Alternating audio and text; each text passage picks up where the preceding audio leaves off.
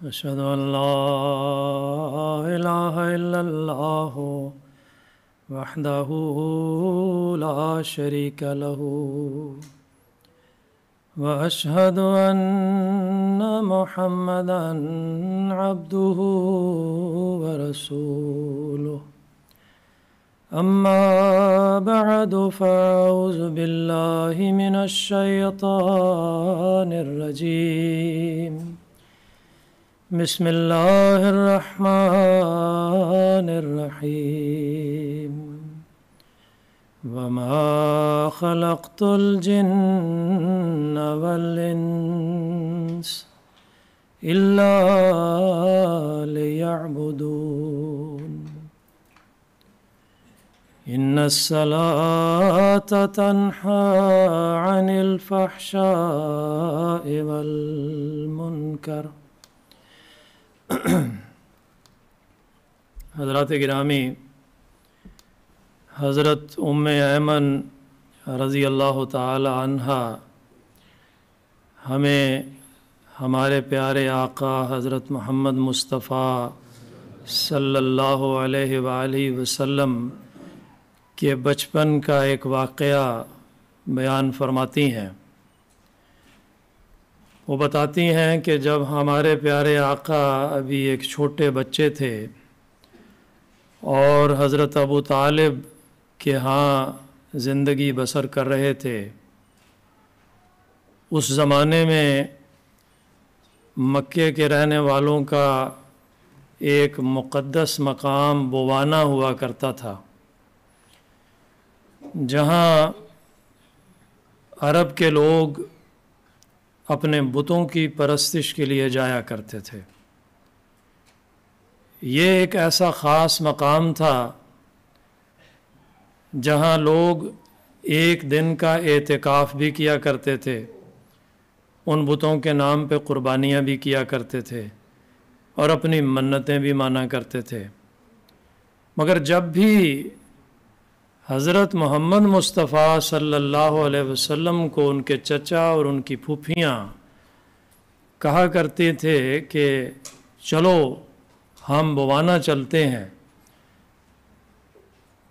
اور بتوں کے سامنے ماتھا ٹیک کے آتے ہیں، تو سرکار دو عالم صلی اللہ علیہ وسلم ہمیشہ انکار کر دیا کرتے تھے۔ یہاں تک کہ ایک دن حضرت ایمن بیان کرتی ہیں، یہ گھر کی لونڈی تھیں، کہتی ہیں کہ ان کی پھوپھیوں نے بہت سخت ڈانٹا کہ ہمیں تمہاری بڑی فکر ہے، کیا کرتے ہو تم؟ جب بھی تمہیں کہتے ہیں کہ ہم نے بوانا جانا ہے تم نہیں جاتے، تمہارے ایمان کا کیا بنے گا؟ سرکار دو عالم حضرت محمد مصطفیٰ صلی اللہ علیہ وسلم فرمایا کرتے تھے مجھے گھبراہٹ ہوتی ہے، میں وہاں نہیں جا سکتا۔ لیکن جب سب نے بہت پریشرائز کیا تو ایک دن اپنے رشتہ داروں کے ساتھ چل پڑے۔ جب وہاں پہنچے تو گھبرا کر خوف کی حالت میں اس قدر دوڑتے ہوئے واپس اپنے گھر کی طرف آئے کہ خاندان کو فکر ہوئی کہ کیا ہوا ہے، بچہ اس قدر پریشان کیوں ہو گیا ہے۔ تو ابو طالب اپنے بھتیجے کے پاس آتے ہیں اور آ کے پوچھتے ہیں کہ بیٹا کیا ہوا ہے؟ کہنے لگے کہ میں بہت سخت خوف زدہ ہوں۔ انہوں نے پوچھا کس چیز کا خوف ہے؟ تو کہنے لگے کہ میں جب بھی کسی بت کے قریب ہوتا ہوں تو ایک بہت ہی طویل قامت شخص متمثل ہو کے میری آنکھوں کے سامنے سفید کپڑوں میں آ کے کھڑا ہو جاتا ہے اور مجھے منع کرتا ہے محمد اس کو چھونا مت، سو میں ڈرتا ہوں، اس لیے مجھے اصرار مت کرو کہ میں تمہارے بتوں کے سامنے ماتھا ٹیکوں۔ ابو طالب نے اس دن اعلان کیا کہ آج کے بعد محمد کو کوئی نہ کہے۔ یہ واقعہ جو حضرت ایمن نے بیان فرمایا رضی اللہ تعالی عنہ، یہ معمولی بات نہیں ہے۔ خدا تعالیٰ کی توحید کی محبت اللہ تعالیٰ نے اس وجود میں گوند دی تھی، جس کے مقابل پہ کسی بھی قسم کا شرک پر نہیں مار سکتا تھا۔ یہ تو بچپن کا واقعہ ہے، لیکن جیسے ہی بڑے ہوتے جاتے ہیں، جوانی میں قدم رکھتے ہیں، جب دنیا کی چکا چوند، دنیا کے میلے ٹھیلے، دنیا کی رونقیں، تفریحات نوجوانوں کی مد نظر ہوتی ہیں، میرے آقا حضرت محمد مصطفیٰ صلی اللہ علیہ وآلہ وسلم دنیا کی ان تمام رونقوں کو چھوڑ کر مکے کے قریب ایک ویران پہاڑی پر غار میں جا کے بیٹھ جاتے ہیں، اور وہاں اپنے اس محبوب کو تلاش کرتے ہیں، دعائیں کرتے ہیں، التجائیں کرتے ہیں، نمازیں پڑھتے ہیں۔ ایسے میں اللہ تعالیٰ جو اپنے اس عاشق کو جانتا ہے اور محسوس کرتا ہے، وہ اپنے اس عاشق کو ایک معراج کرواتا ہے۔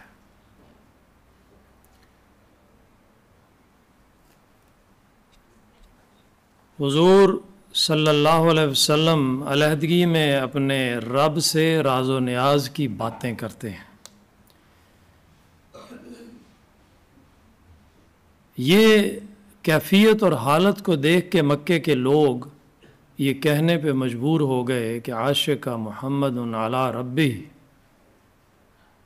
کہ محمد اپنے رب پر عاشق ہو گیا ہے۔ اور یہ بات یقیناً محمد کے رب نے تو پہلے سے ہی ان کے دل میں دیکھ لی ہوئی ہے۔ یہی وہ عشق تھا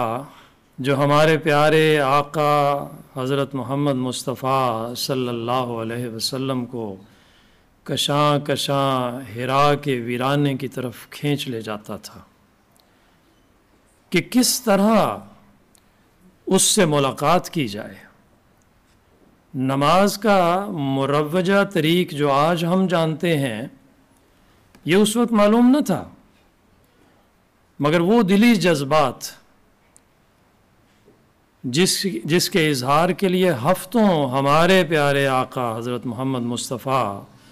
صلی اللہ علیہ وسلم اس ویرانے میں جا کر اپنے طریق پر عبادت الہی کیا کرتے تھے، بالآخر جب آپ کو نبوت عطا ہوئی تو آپ کی طبیعت میں جو خدا کی تلاش اور خدا سے ملنے کا جوش تھا، اسے اللہ تعالیٰ نے نمازوں کی صورت میں لقائے الہی کا طریق آپ کو اور آپ کی امت کو عطا کر دیا۔ قابل توجہ بات ہے، نماز اللہ تعالیٰ نے محمد مصطفیٰ صلی اللہ علیہ وسلم کو عطا کی کہ اپنے عشق کا اور محبت کا اظہار یوں کر سکتے ہو۔ اور جیسا کہ خلیفۃ المسیح ثانی رضی اللہ تعالی عنہ نے فرمایا ہے کہ نبوت ملنے کے وقت ہی آپ کو معراج ہوا ہے، اور اسی معراج میں نمازیں فرض ہوئی ہیں۔ یعنی حضور فرماتے ہیں حضرت مسلم موعود رضی اللہ تعالیٰ عنہ کہ یعنی شروع اسلام سے ہی نمازیں فرض ہو گئی تھیں۔ حضرات گرامی، حضور صلی اللہ علیہ وسلم نے فرمایا کہ الصلاۃ معراج المؤمن، کہ نماز مومن کی معراج ہے۔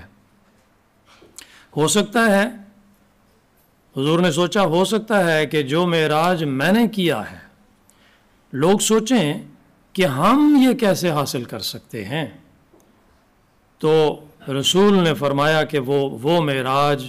اس نماز سے حاصل کیا جا سکتا ہے۔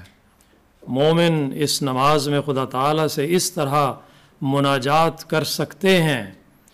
اور خدا سے رابطہ کر سکتے ہیں کہ جس طرح اللہ تعالیٰ نے مجھے معراج عطا کیا، خدا تعالیٰ انہیں بھی اپنے قرب سے نواز سکتا ہے۔ حضرات گرامی، ہمارے اس جلسہ سالانہ کا تھیم نماز ہے،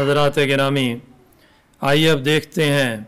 کہ ہمارے آقا حضرت محمد مصطفیٰ صلی اللہ علیہ وسلم کی اپنی نمازیں کیسی تھیں۔ ہمارے پیارے آقا کی نمازوں کی کیفیت اللہ تعالیٰ کے اس فرمان کے عین مطابق تھی کہ اللہ فرماتا ہے والذین یبیتون لربہم سجدا وقیاما، اور وہ لوگ جو اپنے رب کے لیے راتیں سجدہ کرتے ہوئے اور قیام کرتے ہوئے گزارتے ہیں۔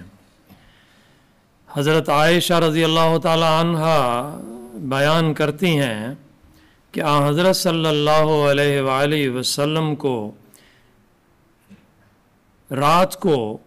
اتنی لمبی نماز ادا فرمایا کرتے تھے کہ آپ کے پاؤں متورم ہو کر پھٹ جایا کرتے تھے۔ ایک دفعہ میں نے آپ صلی اللہ علیہ وسلم سے عرض کی کہ اے اللہ کے رسول، آپ کیوں اتنی تکلیف اٹھاتے ہیں جبکہ اللہ تعالیٰ نے آپ کے اگلے پچھلے تمام قصور معاف فرما دیے ہیں؟ تو آپ نے فرمایا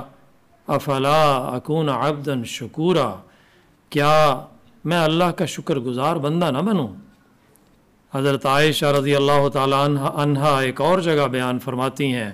کہ ایک دفعہ کا ذکر ہے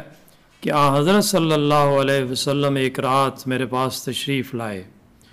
میرے ساتھ بستر میں لیٹ گئے، پھر آپ نے فرمایا کہ اے عائشہ، کیا آج کی رات تو مجھے اجازت دیتی ہے کہ میں اپنے رب کی عبادت کر لوں؟ میں نے کہا خدا کی قسم مجھے تو آپ کی خواہش کا احترام ہے، اور آپ صلی اللہ علیہ وسلم کا قرب پسند ہے، میری طرف سے آپ کو اجازت ہے۔ آپ صلی اللہ علیہ وسلم اٹھے اور مشکیزے سے وضو کیا اور نماز کے لیے کھڑے ہو گئے، اور نماز میں اس قدر روئے کہ آپ کے آنسو آپ کے کپڑوں پر گرنے لگے۔ حضرت عبداللہ بن مسعود رضی اللہ تعالیٰ عنہ اور رسول کریم ایک اور جگہ پہ رسول کریم صلی اللہ علیہ وسلم کی نماز کی کیفیت یوں بیان فرماتے ہیں کہ ایک رات میں نے نبی کریم صلی اللہ علیہ وسلم کے ساتھ نماز پڑھی۔ یہ تہجد کا واقعہ ہے۔ آپ صلی اللہ علیہ وسلم نے اتنا لمبا قیام کیا کہ میں نے ایک بری بات کا ارادہ کر لیا۔ صحابہ نے پوچھا کہ آپ نے کیا بری بات کا ارادہ کیا؟ تو جواب دیا کہ میں نے ارادہ کیا کہ میں بیٹھ جاؤں، میں چھوڑ دوں نبی کریم صلی اللہ علیہ وسلم کو۔ حضرات گرامی، نماز جو ہمارے پیارے آقا صلی اللہ علیہ وسلم نے ہمیں متعارف کرائی ہے، اس نماز کی ادائیگی کے نتیجے میں ہمیں اللہ اور رسول نے خوشخبریاں بھی دی ہیں اور وارن بھی کیا ہے اور ہدایات بھی دی ہیں۔ حضرت ابو ہریرہ رضی اللہ تعالی عنہ بیان کرتے ہیں کہ رسول اللہ صلی اللہ علیہ وآلہ وسلم نے فرمایا، توجہ سے سنیے، فرماتے ہیں کہ جو شخص صبح و شام خدا کے گھر میں جاتا ہے، اللہ تعالیٰ اس کے لیے جنت میں اپنی مہمان نوازی کا سامان تیار کرتا ہے۔ پہلے جو پچھلے گناہ گزر چکے، انسانوں سے غلطیاں ہو گئیں، کوتاہیاں ہو گئیں، گڑبڑیں ہو گئیں، ان کے کفارے کے لیے بھی ایک بڑی زبردست حدیث سنی ہے۔ فرماتے ہیں حضرت عثمان بن عفان رضی اللہ تعالیٰ عنہ روایت کرتے ہیں کہ میں نے رسول اللہ صلی اللہ علیہ وسلم کو فرماتے ہوئے سنا، کوئی شخص ایسا نہیں ہے، نوجوان توجہ سے یہ حدیث سنیے، کوئی شخص ایسا نہیں ہے کہ جب فرض نماز کا وقت آئے وہ اچھی طرح وضو کرے، پھر وہ نہایت توجہ اور خشوع سے نماز پڑھے اور عمدگی سے رکوع اور سجود کرے، تو وہ نماز اس کے پہلے گناہوں کا کفارہ بن جاتی ہے، بشرطے کہ وہ کسی بڑے گناہ کا مرتکب نہ ہوا ہو، اور بخشش کا یہ سلسلہ ہمیشہ جاری رہتا ہے۔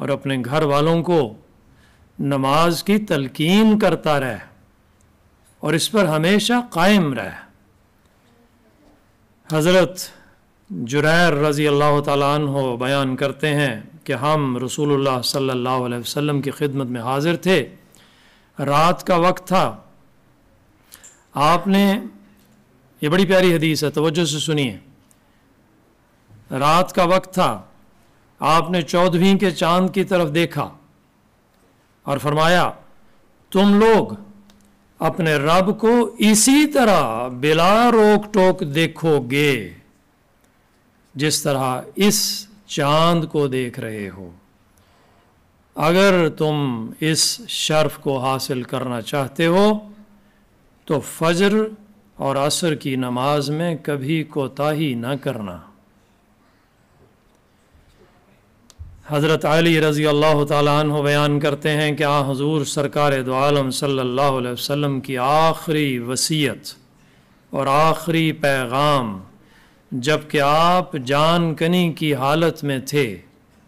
اور سانس اکھڑ رہی تھی یہ تھا۔ ایک چھوٹا سا فقرہ ہے، توجہ سے سنیے، فرماتے ہیں الصلاۃ وما ملکت ایمانکم، الصلاۃ وما ملکت ایمانکم، الصلاۃ وما ملکت ایمانکم، نماز اور غلاموں کے حقوق کا خیال رکھنا۔ نعرہ تکبیر، حضرت محمد مصطفیٰ، حضرت محمد مصطفیٰ، نعرہ تکبیر۔ یہ حقوق اللہ اور حقوق العباد کا بہترین خلاصہ ہے